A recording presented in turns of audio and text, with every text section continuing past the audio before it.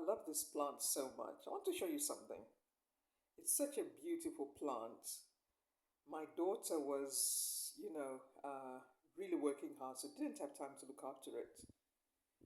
And so I looked after it like it's my own, put some eggshells in there. By the way, if you want to know something about plants, indoor plants, how to make sure your plants grow and become so rich and luxurious and, all the health benefits, which we'll talk about in another video, is use, when you boil eggs, the water after that, don't throw away that water, yes? What you do is you take that water, put it to the side, let it cool down. After a while, maybe the next day or later, you can put it in the fridge, however you want to do it. Pour that water into your plants. It's really good, nutritious water for the plants. The plants love it. And banana peels. There are many other things you can use, but these are two that I learned from another lady who really loves indoor plants and outdoor plants. So I was doing this for this plant, and I noticed something that some of the leaves were really growing weird, looking strange. And my son was like, "Mom, why are you cutting off the leaves?" He was, he had no idea what I'm doing. So he's like, "Why are you cutting off the leaves, Mom?" And I was like, I just ignored him. Then later on, I started explaining what I was doing. I wanted to make room for new leaves to come out. I wanted to make room for new leaves to come. And guess what? Look at that. Can you see these new ones? Like that one that looks really sharp? That's a new one. That's a new one there. Let's see. There we go. You can see that one, like sharp little spiky bit. There's another one. That's another new spiky bit. Because when it comes out, it starts to look like this. Just like all the other leaves. It is such a beautiful plant. It just makes the home feel luxurious and look luxurious. Really good idea. Look after your plants, and anybody can do this. And this is London, cold weather, and all this. But it's also how you look after the plants. Everything is living, right? I'm not talking about weirdness and all that, but the universe is alive. Everything in the universe is alive. The plants are alive. So if you show your plants love and care, they will. They will flourish. Now, I also wanted to teach something on this.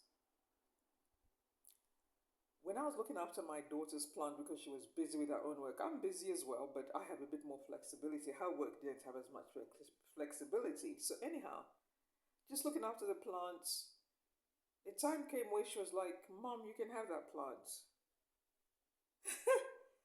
I wasn't even like, it's just the right thing to do, right? So she's given me the plant now, and I get to enjoy it. What am I saying here? Some of you, where you are right now, you're not taking care, you are indifferent. You're like, "Oh, it belongs to the government, or it belongs to this country, or this attitude, or it belongs to him." Look after things as if they're yours. Because before you know it, God will give you your own. Look after people as if they're your family. You may be a single nurse, you may be a single doctor, you may be a single professional and thinking, "Oh, I would really love to have somebody in my life." You're looking, your love life. This could probably be one of the major issues with this singleness epidemic and loneliness epidemic is we don't want to learn how to look after the people that are already there in our world. This is not negativity or judgment. I'm just saying, just love people. Just love people. Really, seriously, just love people. Be kind. Everybody's fighting their own battle. And I know you're probably also fighting your own battles and you're like, "Oh, here she comes." But that is actually your way out. Whatever challenge you're dealing with right now, start just say hello to strangers, talk to people without getting weird and following them around. I'm not talking about that. But just love people. And let me also protect your precious heart.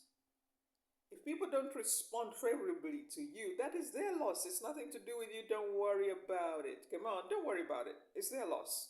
Somebody who's trying to be friendly and they dismiss you.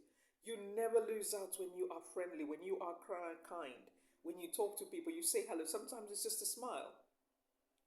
One of the most interesting things I had to learn about living in the United Kingdom, because I would be somewhere and I'd just start talking to the stranger and we'd start laughing and talking about the weather. The other day on a Sunday, I was coming from church and I met these two guys and we started talking like we're old friends, two English guys. I've never met them before, I've never met them again. But it was like we have known each other for years. I think that's the beauty about growing and living life and travel. You realize you always find something in common with others. They were asking me about my business, what I do, and I was asking them what they do. And one of them is so cute. He said, "Oh, one of the things I like about coming to London, they were brothers actually. Now I remember." He said, "I love coming to London because you don't know who you're sitting next to on the underground. It could be a multi-millionaire." And that just made me smile so much because in my mind as a coach, of course, and those of you who know me talking about business all the time, I was like, you can be a multi-millionaire. But I've learned with the English culture, people are so reserved. People are so reserved. And on the one hand, it's really good if you've got everything going for you. You can afford to pay off your mortgage. You don't really have a lot of financial pressures. You don't have a lot of responsibility. One of the things which is a huge plus that I love about the English culture is being responsible for your life. And of course, it's not to everyone. We know that. But I'm talking about those who are working professionals who don't go around asking people for no this sense of knowing you can make your own life work. I love that. I really love that. So you can imagine, even in this culture, there are some who still just, relying on the government for years. There's nothing wrong with that, getting some support temporarily. And if you're in that situation, do not feel judged. What I mean is, while you are waiting for the kids to grow, when you drop off the kids at school, go to another local group.